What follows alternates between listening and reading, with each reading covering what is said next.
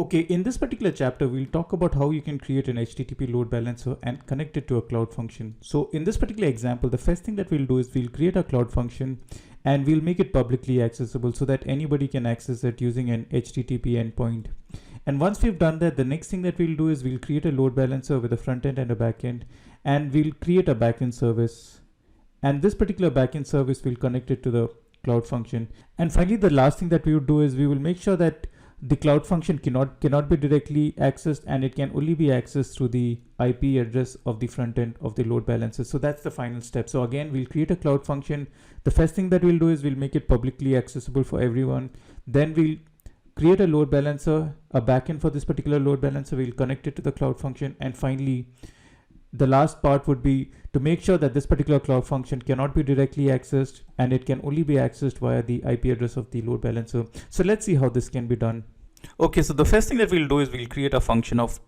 Function is basically the same thing as the AWS Lambda. So it's basically the GCP's serverless offering. So let's click on create function and let's create a function. So let's just call this as function2. Let's leave everything as default. Let's click on save. And let's click on next. And let's deploy this particular function. Okay, so a function2 has been created. So to access this function2 through the HTTP endpoint, what you need to do is you need to log into this function again. You need to go to permissions. So let's go to permissions. And you need to click on add here. And you need to make sure that everybody can access this. So you need to search for all users and give all users access to invoke your cloud function. So you can click on cloud functions invoker and save. And this would basically allow public access so that anybody can access this particular function.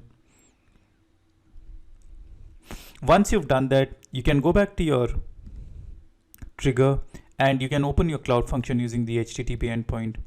So the first part of our cloud function is done. So all that this cloud function does is it just returns hello world. And if you go back to your function, if you go back to your source, you can see that this is basically the output, that is this hello world. Okay, now that we've done with the first part of creating a cloud function, let's go and create a load balancer. Let's go to our load balancer. And let's create a load balancer. Again, it's going to be an HTTP load balancer. Let's make it the classic HTTP load balancer. And here let's create a backend service. So let's click on create a backend service. Now here the backend service would be different. Again, it's going to be a serverless network endpoint group. So you need to choose the third option here. And you can go down. Let's give a name for our backend service. Let's call this as serverless backend. Now, of course, this can also work with other serverless offerings like your app engine or your cloud run. So let's click on create serverless network endpoint group. So I'd already created one previously, but let's create another one. So this is for another particular function. Let's click on this. And all that you need to choose is basically the cloud function and the region in which your cloud function exists. So we had created our cloud function is US Central 1. And let's also give a name for this. Let's call this as function2, since that was the name of our function. And here we'll choose the function. So we had created function2. So let's choose this and let's click on create. And that's the only thing that you need to do. Let's click on create and create the backend service. And there's nothing for the host and the front end. So the front end will give you just the IP address through which you can access. So now let's click on create and let's give a name for this load balancer also. Let's just call this as serverless load balancer. And let's click on create.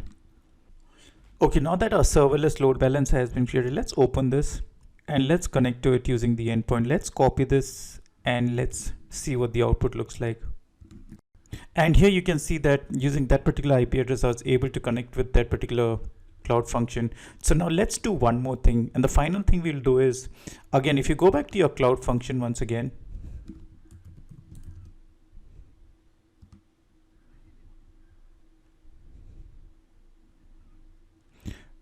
and if you open the cloud function, if you click on trigger, you can still see that this particular cloud function can be accessed via this endpoint as well. So let's stop access via this particular function and let's make sure that we can only access it through the endpoint of the cloud load balancer. To do that, let's click on edit. So we need to click on edit for the cloud function. And what you need to do is you need to go to your connections And here you should only allow internal traffic and traffic from cloud load balancing. So you need to choose this particular option. You need to click on next and deploy this whole function again. And once you've done that, now if you again try to connect using the HTTP endpoint of the cloud function, let's see what happens. You can see that you get an error forbidden, access is forbidden. Whereas if you again try to connect it using the IP address of the load balancer, you can still see that it works. So that is how you can actually restrict connectivity via the cloud functions HTTP endpoint and still have access via the load balancer's IP address. I hope this was useful. I will see you in the next.